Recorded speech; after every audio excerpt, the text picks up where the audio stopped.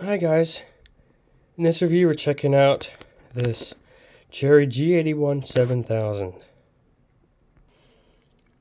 I picked this up next to nothing, so I was like, what the heck, why not? I've always wanted to try Cherry MY for myself. As someone who is attached to stiff switches, I really wanted to try these out. And to see if, making some improvements would help to make them not as bad.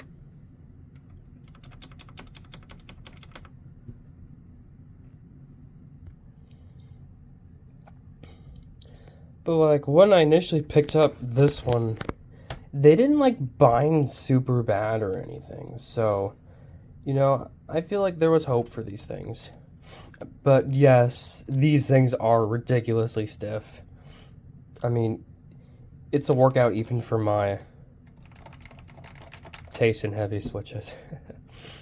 So, just for a test, I had to do like one or two switches before I venture out on a project.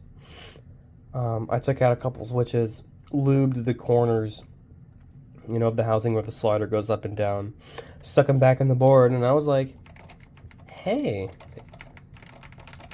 they're really not that bad. I kind of like them, actually. I know it's a little striking there. People say it's really hated, but I actually have a different switch type that I actually hate more than this, which also might be a surprise to some people, but yeah, I don't hate these.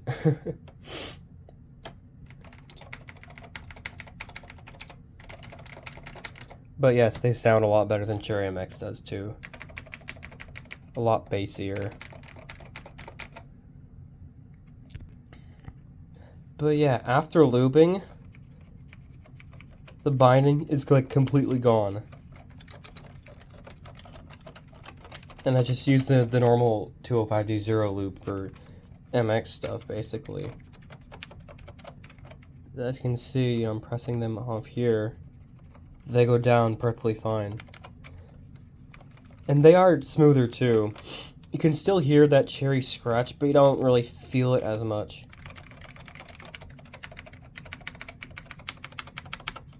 But yes, like, it's got that really progressive spring weighting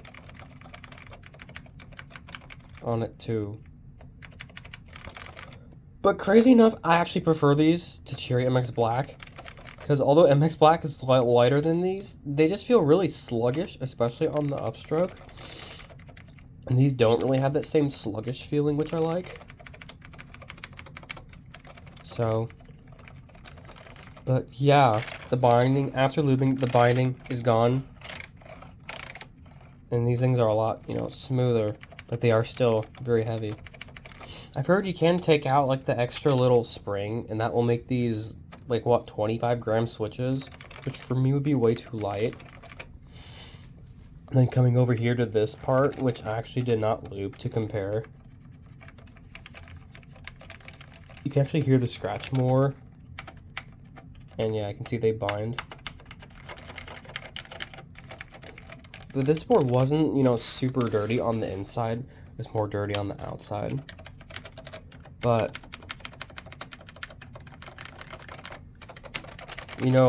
if you lube these, it's still pretty usable, I think. They're really not that bad, except being really, really stiff, I guess.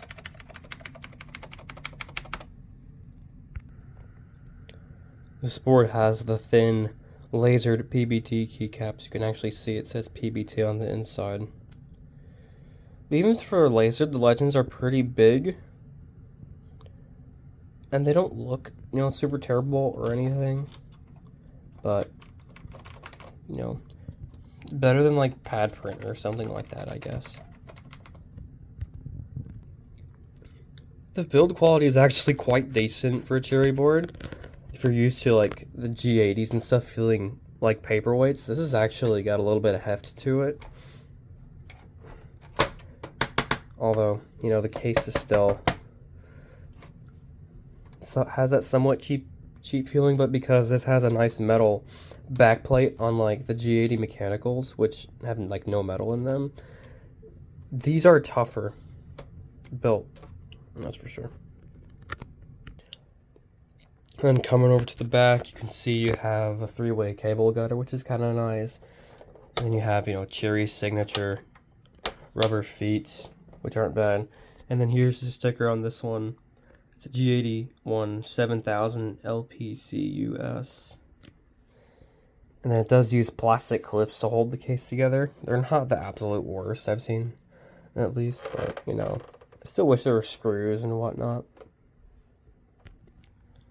And with this being a point-of-sale keyboard, it does have a card, you know, magstripe card reader in here. I can't really test if that works, though. Another really odd thing is that there is some serial connector here on the back.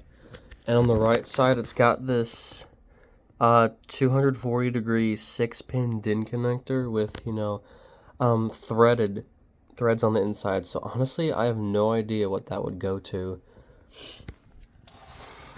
If this is like some point of sale based keyboard. The cable though on this thing is massive. It's crazy. I think it's a little bit thicker even than my Model FXT cable. It's got a PS2 plug, so you can use it, you know, on a thing. And sometimes when you plug it in, it seems to make this beeping noise. I'm gonna see if I can demonstrate it.